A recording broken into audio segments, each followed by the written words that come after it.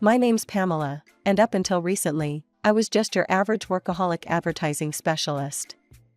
I lived and breathed my job at this fancy agency in the heart of the city. You know the type, big glass building, top floor office with a view that'd make your head spin. I was good at what I did, damn good actually.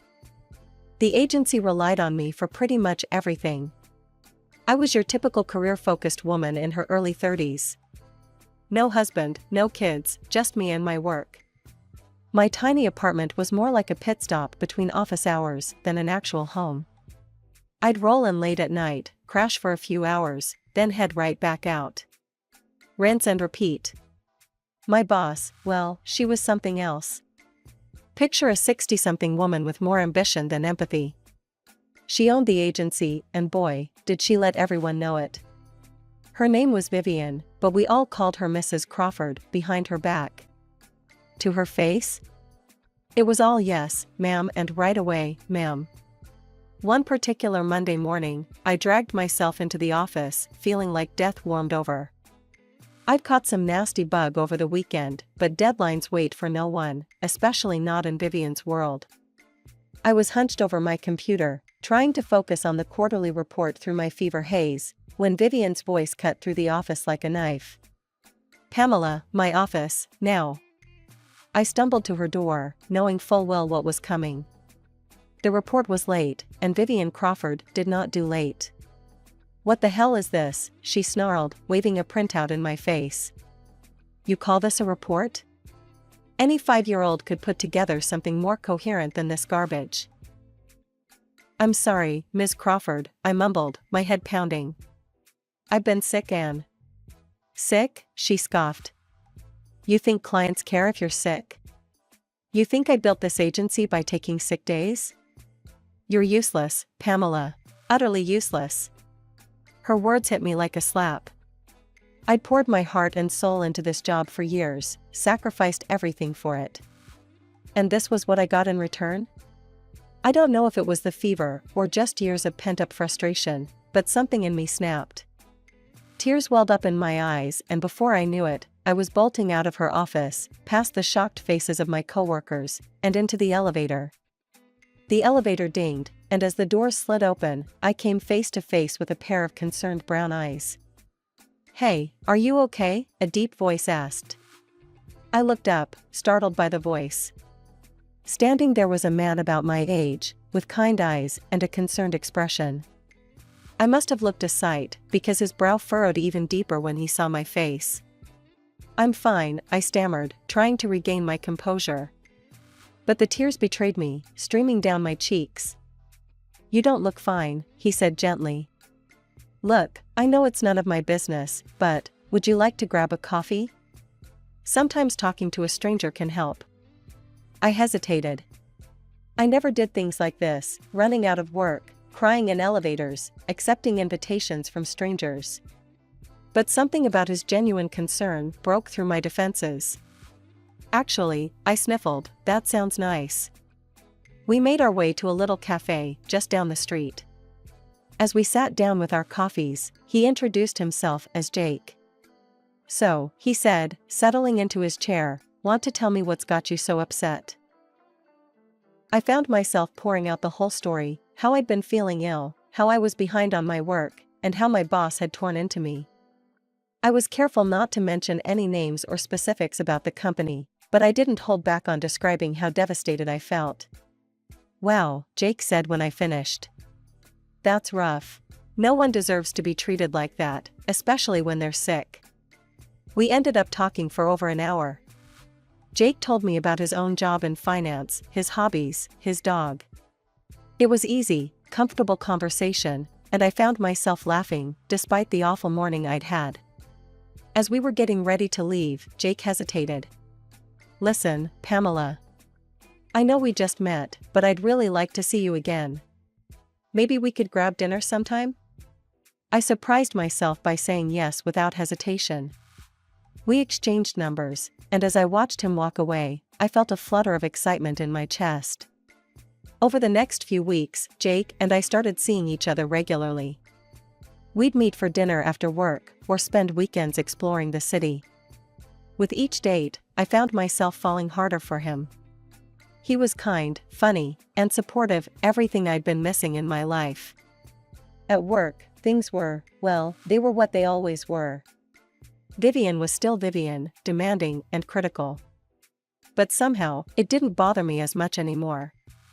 Knowing I had Jake to talk to at the end of the day made it all more bearable. One night, about a year after we'd met, Jake took me to a fancy restaurant. As we finished our dessert, he pulled out a small velvet box and opened it, revealing a beautiful diamond ring. "Pamela, will you marry me?" Happy tears welled up in my eyes as I nodded enthusiastically. Yes, of course I'll marry you." As Jake slipped the ring on my finger, I felt like I was floating on air. Everything was perfect. Jake was perfect. Our life together would be perfect. The weeks following our engagement were a whirlwind of happiness. One evening, as we cuddled on the couch in my apartment, Jake brought up something I hadn't even considered. "Babe," he said, running his fingers through my hair, "I think it's time you met my mom. She's been asking to meet you. How about this weekend? We can drive out to her place." That Saturday, we pulled up to a house that made my jaw drop. It was huge, easily 3 times the size of the house I grew up in. The door swung open, and I froze. Standing there, looking just as shocked as I felt, was Vivian Crawford, my boss, Jake's mother. "Mom," Jake said warmly, oblivious to the tension, "this is Pamela, my fiancée." Vivian's eyes narrowed as they swept over me. "Pamela," she said, her voice cold. "What a surprise." "Jake, darling, surely you can do better than this." She waved her hand dismissively in my direction. "With your money, your position, you could have any woman you want. Why settle for someone from such a modest background?" I felt like I'd been slapped. Jake's arm tightened around me. "Mom," he said, his voice hard, "I love Pamela. She's the best thing that's ever happened to me. I'm marrying her, with or without your approval." Vivian's face darkened, but Jake didn't give her a chance to respond. He turned to me, his eyes softening. "I'm so sorry about this, Pam. Let's go." As we drove away, I finally found my voice. "Jake," I said shakily, "there's something I need to tell you." I spilled everything, how Vivian was my boss, how she'd treated me at work, the incident that led to me meeting Jake in the first place. Jake listened silently, his knuckles white on the steering wheel. When I finished, he pulled the car over and turned to face me. "Pamela," he said firmly, "I want you to know that this changes nothing. I love you, and I'm on your side, no matter what." His words were like a lifeline, and I clung to them desperately. We decided to move forward with our wedding plans, despite Vivian's disapproval. Jake and I found a small apartment together, and for a while, everything seemed okay. But at work, things were getting worse. Vivian's treatment of me had always been harsh, but now it was downright cruel. She'd humiliate me in meetings, mock my ideas in front of clients, and pile on impossible deadlines. Yet she never fired me. I was too valuable to the agency, and we both knew it. I'd come home every night exhausted and demoralized. Jake was always there, supportive and loving, but I could see the toll it was taking on him too. He'd confront his mother, begging her to treat me better, but it only seemed to make things worse. The breaking point came on a Tuesday. I'd been working on a massive presentation for weeks, pouring every ounce of creativity and effort I had into it. As I stood in front of the management team, including Vivian, I felt a glimmer of hope. Maybe this time I'd finally earn her approval. I was halfway through my pitch when Vivian's cold voice cut through the room. "Is this a joke, Pamela? This is what you've been working on for weeks? This is amateur work at best. I've seen interns produce better concepts than this drivel." The room fell silent. I could feel the pitying looks from my colleagues, but no one dared to speak up against Vivian. "I can revise it," I stammered, fighting back tears. Vivian waved her hand dismissively. "Don't bother. We'll have someone competent handle it from here. You're dismissed." I fled the conference room, my cheeks burning with humiliation. As soon as I reached my desk, I broke down in tears. It was too much. The constant criticism, the public humiliation, the stress of navigating this impossible situation with my mother-in-law. I couldn't take it anymore. That evening, I stumbled into our apartment, still sniffling. Jake took one look at me and pulled me into a tight hug. "That's it," he said firmly. "You can't keep doing this to yourself, Pam. You need to quit. Your mental health is more important than any job." The next day, I marched into Vivian's office and handed in my resignation. Her face contorted with rage. "You ungrateful little thing," she sputtered. "After everything this agency has done for you? You're just going to abandon us?" I stood my ground, my voice steadier than I felt. "I'm sorry, but I can't continue working in this environment. My last day will be in 2 weeks." As I turned to leave, Vivian's voice stopped me cold. "You think you can just walk away? I'll make sure you never work in this industry again. You'll regret this, Pamela. Mark my words." I threw myself into job hunting, confident that my skills and experience would land me a new position quickly. But as the weeks turned into months, I started to worry. Every promising lead seemed to fizzle out at the last minute. It was as if someone was sabotaging my efforts. Finally, after nearly 6 months of searching, I landed a job at a smaller agency. It wasn't as prestigious as my old position, but I was grateful for the opportunity. As I settled into my new role, I began to feel like things were finally looking up. But fate, it seemed, had other plans. Just as I was starting to feel secure in my new job, my boss called me into his office. The moment I saw his face, I knew something was wrong. "Pamela," he said, his voice heavy with regret, "I'm afraid we have to let you go. Your work has been excellent.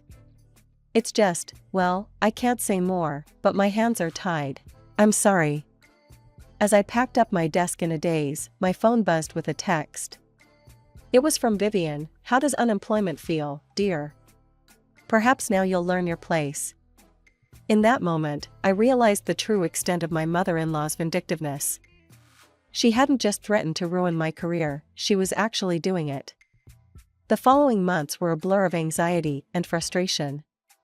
No matter how many resumes I sent out or interviews I went to, I couldn't seem to land a job.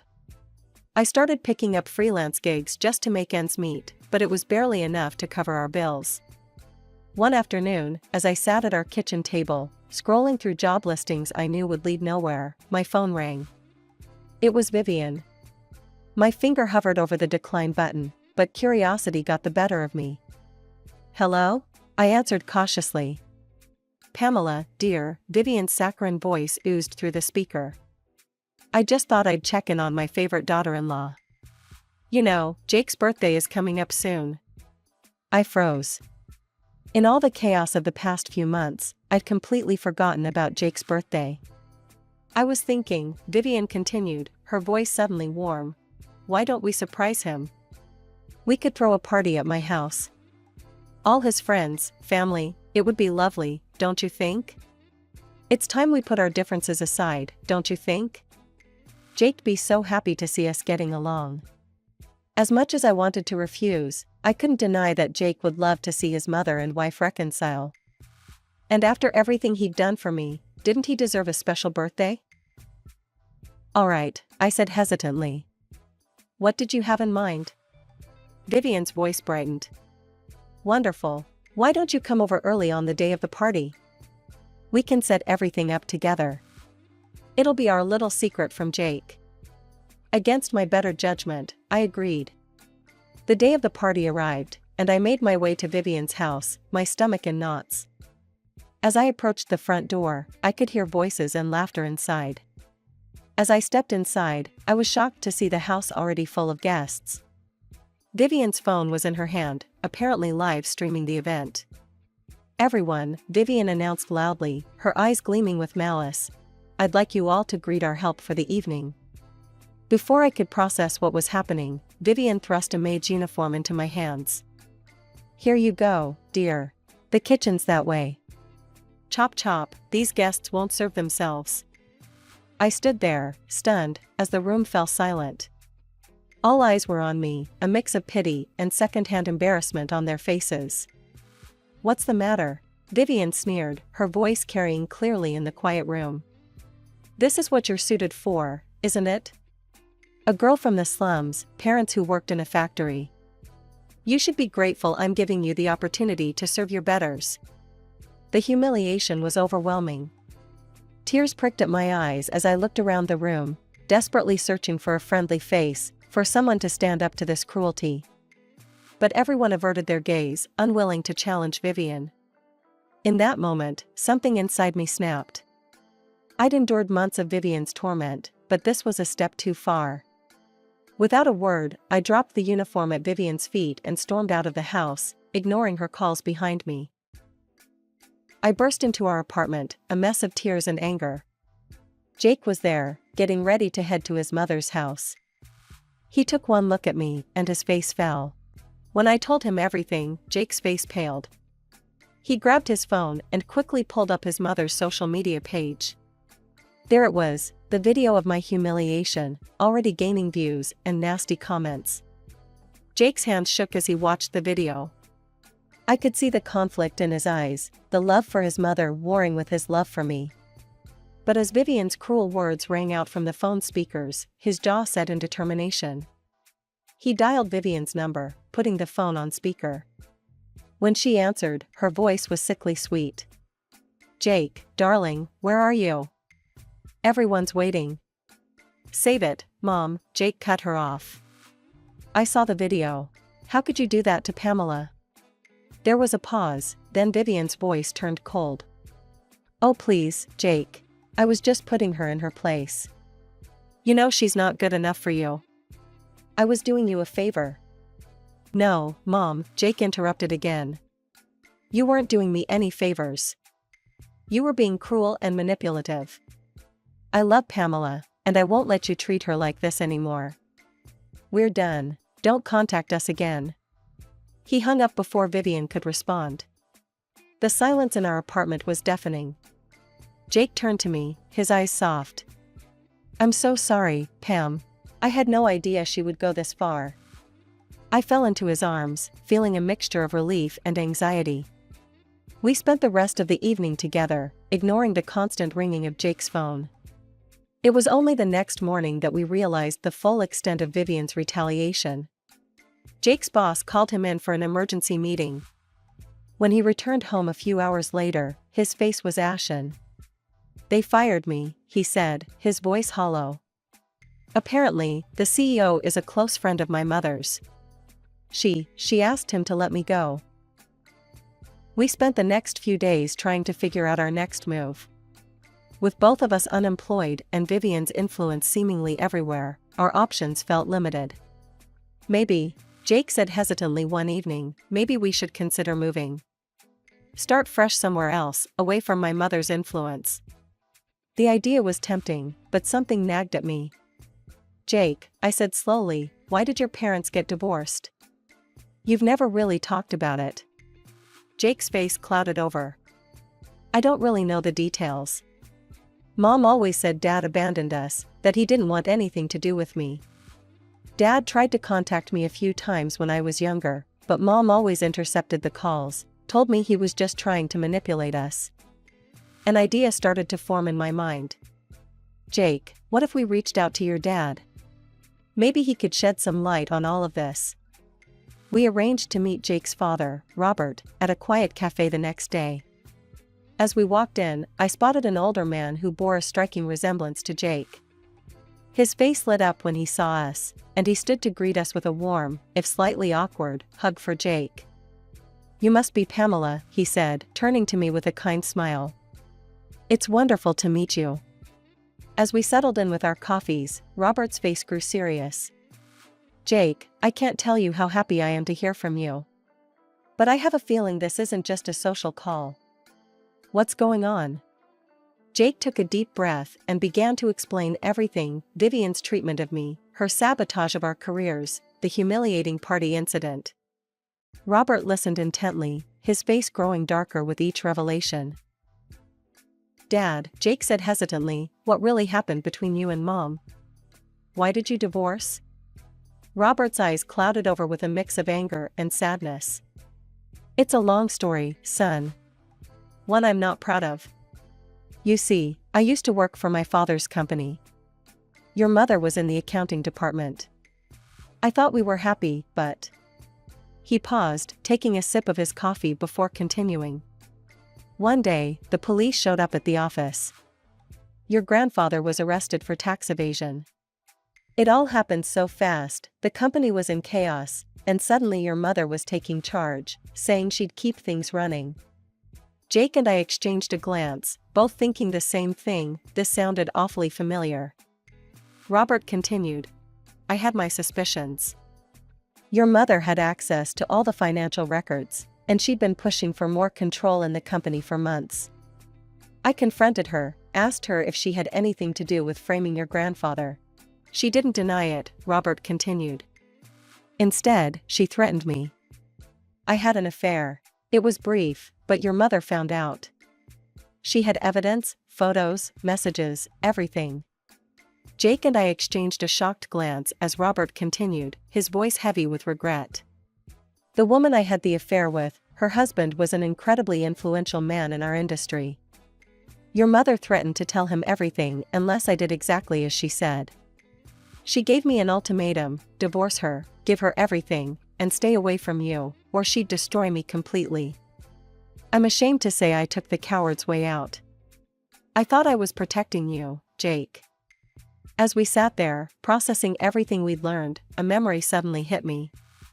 Jake, I said urgently, remember when I first started at the agency? I noticed some discrepancies in the books. I even took some pictures, thinking I might need to bring it up to Vivian later. Jake's eyes widened. Pam, are you saying? I nodded. I think your mother might be doing the same thing she did to your grandfather. If we can prove it. After our revealing conversation with Robert at the cafe, we all decided to return to our apartment. As soon as we entered, I made a beeline for my laptop. Jake and Robert watched intently as I booted it up, their anticipation palpable. Here they are, I said, pulling up the folder containing the incriminating photos. Just as I remembered. Jake and Robert leaned in, their eyes widening as they took in the images on the screen. Clear as day, there was evidence of double-entry bookkeeping, one set of books for the tax authorities, and another showing the true state of the company's finances. Jake's face set in determination. We need to take this to the authorities right away. Mom can't keep getting away with this. The next few weeks were a whirlwind. We contacted the tax authorities, presenting them with the evidence I had uncovered. They launched a full and in-depth audit of Vivian's agency. The investigation was thorough and relentless. The scale of tax evasion was staggering. Vivian was arrested and charged with multiple counts of tax evasion and fraud. The trial was swift, and the evidence overwhelming. In the end, the judge handed down a harsh sentence. Vivian would be spending several years in prison. In the aftermath of Vivian's conviction, the court decided to transfer ownership of the agency to Jake, as the closest family member not implicated in the crimes. It was a lot to take in, and we spent many late nights discussing what to do next. One evening, as we sat on our balcony watching the sunset, Jake turned to me with a smile. You know, Pam, I've been thinking. This agency needs a fresh start, a new direction. And I can't think of anyone better to lead it than you. I stared at him in shock. Me? But Jake, He cut me off gently. You're brilliant, Pam. You saw what was happening when no one else did. You have the skills, the vision, and the integrity to turn this agency into something we can be proud of. What do you say? Will you be our new executive director? Tears welled up in my eyes as I nodded, too overwhelmed to speak. After everything we'd been through, after all the times Vivian had tried to tear me down, here I was, being offered the chance to lead the very agency she had used to torment me. The next few months were busy as we restructured the agency. We implemented strict ethical guidelines, rebuilt client relationships, and created a work environment based on respect and creativity. Slowly but surely, the agency's reputation began to recover. Through it all, Robert was there, offering support and advice. Over time, the awkwardness faded, and we found ourselves enjoying Sunday dinners together, rebuilding the family bonds that Vivian had tried so hard to destroy.